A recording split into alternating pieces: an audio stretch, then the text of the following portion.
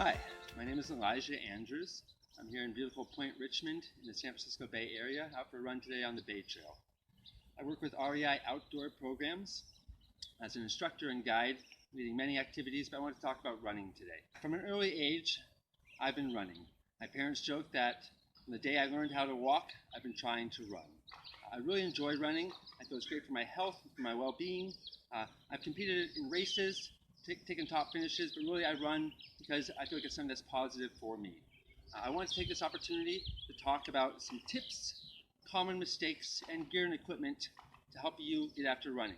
You might be a beginner trying to get started, or maybe even running for a while.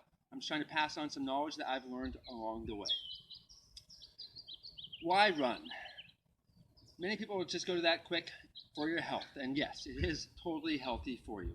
Helps with your respiratory rate, your cardiovascular, helps our muscles, bones, and joints be stronger, and it's also being shown to really help with our mental well-being.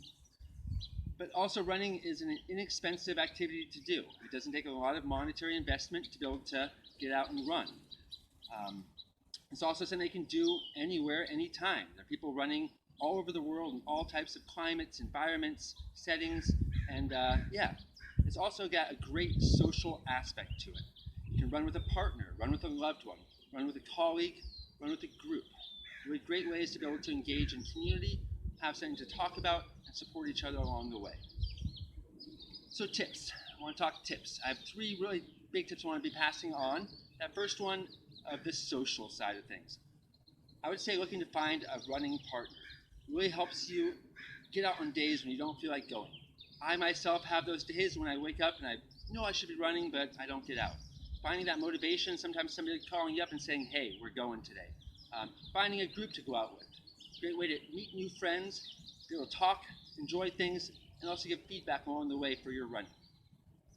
Another big thing I'd say to focus on is your running nutrition.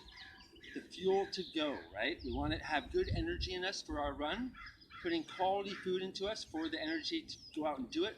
Then also after you're running, you want to be putting energy back into yourself, hydrating well. Sometimes you need electrolytes to help retain that water, but really focusing on running nutrition.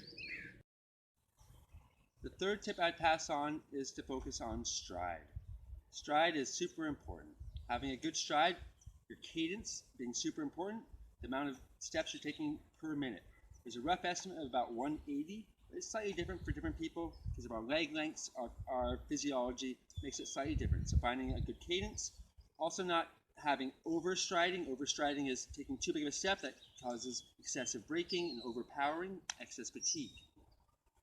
Cool. So also want to pass on some common mistakes. Looking at three common mistakes I see. The first one is going too hard. As a beginner, I see beginners really wanting to just get out and run hard. Look to use stepping stones, lighter activity to lead up to harder running. For those that are running already, going too hard can lead to fatigue, frustration, and worse yet, injury. For anybody running, if you're injured, look to take the time to let your body recover. Don't run through the pain. Another thing I see is people comparing themselves to others. We can use others as a good benchmark, as challenging us to go harder. Look to compare yourself to yourself. Set goals for yourself and try to achieve them for yourself. I really try to do that. There's always somebody that can go harder than us. I see them, they're out in front of me on the trail all the time. I try to run for myself, run for yourself. Lastly, a common mistake I see is footwear, right? Getting that hand-me-down pair of shoes or something that's just at the thrift store or whatever. Look to find a shoe that really truly fits you. Good footwear supports us, and really we need those, right? On that note, gear and equipment for running. We can run in anything, but good equipment really helps us. Going to a place that has expertise on how to get you into good footwear, REI or some of the store like that, really look to find somebody that can help you find good footwear. Clothing, I like to have synthetic materials, clothing that gives me the support I need. Look to find clothing that gives you the support you need, fits you well, doesn't cause chafing, and also has wicking ability, right? That's what synthetics do. Other things to have with you, right? I like to have a hat, sunglasses on, keeps the sun out of my face.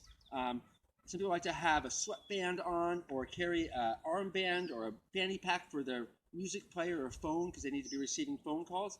Look to have the things that make it more enjoyable for yourself, but not so much that you're kind of managing gear rather than just getting out for a run. Go ahead and get out for a run. It is so good for us. It helps with our health. Health helps with our well-being. It just makes life better. Again, I'm Elijah Andrews with REI Outdoor Programs. Don't get too frustrated. Enjoy the run. Take care.